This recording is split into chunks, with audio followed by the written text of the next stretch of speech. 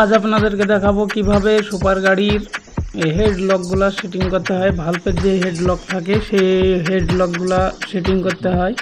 অবশ্যই এই head লকগুলো setting করা খুব কঠিন কাজ, যেহেতু ছোট জায়গার ভিতরে এই লকগুলো লাগাতে হয়। তার জন্য আমার এখানে লক সেটিং পোলার আছে, তো আমি লক সেটিং পোলারের মাধ্যমে লাগাবো। তো প্রথমে আমি ইনটেক ভাল্ব আউটটেক ভাল্ব দুটো ভাল্ব লেগে নিয়েছি। ইনটেক বলতে এখানে এয়ার ইনটেক যেটা হয় সেটা, আর আউটলেট ভাল্ব বলতে এখানে এক্সজস্টের ভাল্বটাকে বোঝানো হয়েছে। এখানে আমি ভাল্ব দুটো লাগিয়ে নিয়েছি। তো এখানে ভাল্ব লাগানোর পর আমি দুই দিকে দুটো স্প্রিং লাগাবো। প্রথমে দুটো পাত দেওয়া থাকে, স্প্রিং লক স্প্রিং অসার দেওয়া থাকে তলে, যাতে স্প্রিংগুলো খেলার সময় হার্ট বা ক্ষতের সৃষ্টি না করে তার জন্য। এবং লক আমি লাগিয়ে নিচ্ছি এবং লক পোলারটিকে সেট করতে হবে। এই লক পোলারের মাধ্যমে সহজে হেড লকগুলো লাগানো হবে।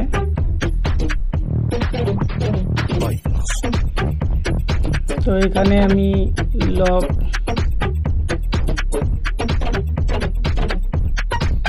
ক্যাপ এবং ক্যাপ লকগুলো ঠিক করে নিচ্ছি, যাতে পোলার দিয়ে চাপ দিলে অবশ্যই সহজে লাগিয়ে যায়।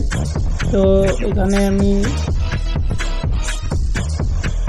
এই লক পোলার ছাড়া এমনি সেটিং করতে গিয়ে অনেক অসুবিধা হয়, তার জন্য এই লক পোলারের মাধ্যমে আপনারা সেটিং করলে সবথেকে ভালো হয়। লক পোলারের দাম বেশি নয়, এটা 300 টাকা দাম।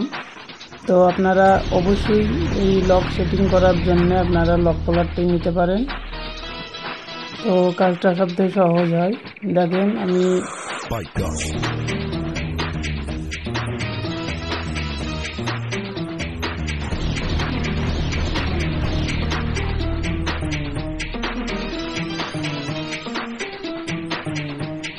তো লকটি সেটিং হয়ে গেছে। এইভাবে অতি সহজে আপনারা সেট করে নিতে পারেন। তো দ্বিতীয় লকটি এইভাবেই বসে নেব। প্রথমে স্প্রিংয়ের তলে একটা ওয়াশার থাকবে, ওয়াশারের পর স্প্রিংয়ের উপর লক ক্যাপ লকের পর ছোট ছোট দুটো লক লাগিয়ে নিতে হবে। এইভাবেই দ্বিতীয় স্প্রিংটা লকটাকেও সেটিং করে নেব।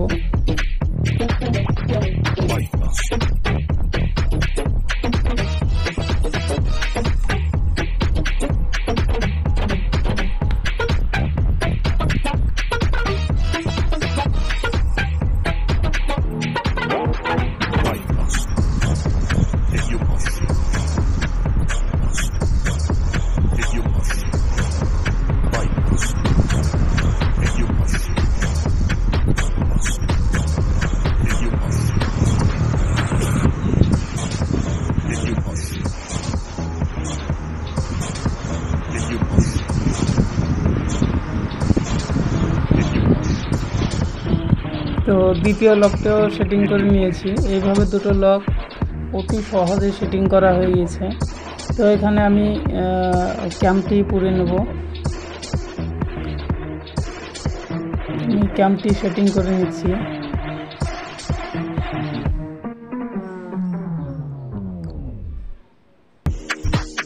ক্যাম্প সেটিংয়ের পর দুটো পুশ রড আছে, পুশ রড এবং রকার, এই রকার দুটো সেটিং করে নেব।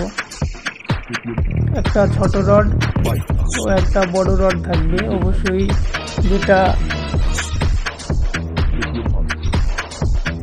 বাইরের সাইডে থাকবে সেটা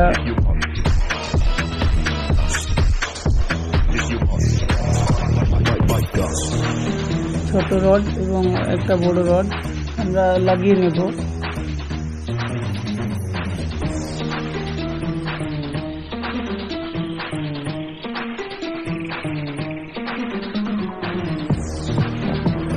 তো দ্বিতীয় রকারটিও সেট করে নিচ্ছি। তো রকারটি সেট করে নিয়ে বাইরে রকারের টাইমিংটা ঠিক করে নেব, যাতে গাড়িতে লাগানোর পর অতি সহজে রকারটা সেটিং থাকে এবং সাউন্ড না হয়, তার জন্য এটা সেট করে নেব বাইরে।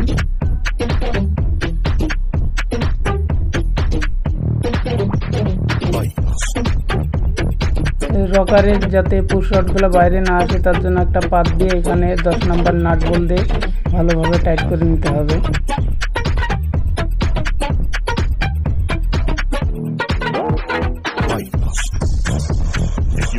তো আমি এই চ্যানেলের মাধ্যমে বিভিন্ন রকম ভিডিও আপনাদের সামনে তুলে ধরি। অবশ্যই চ্যানেলটি ভালো লাগলে লাইক সাবস্ক্রাইব করতে ভুলবেন না। আজ এই পর্যন্তই। যদি ভিডিওটি ভালো লাগে তাহলে অবশ্যই চ্যানেলটিকে শেয়ার করবেন। কমেন্ট করে কোনো ভুল ত্রুটি হলে অবশ্যই কমেন্ট করবেন। আপনাদের কোনো কিছু জানার বিষয় থাকলেও আমাকে কমেন্টের মাধ্যমে জানাতে পারেন। তো আজ এই পর্যন্তই। Thank you.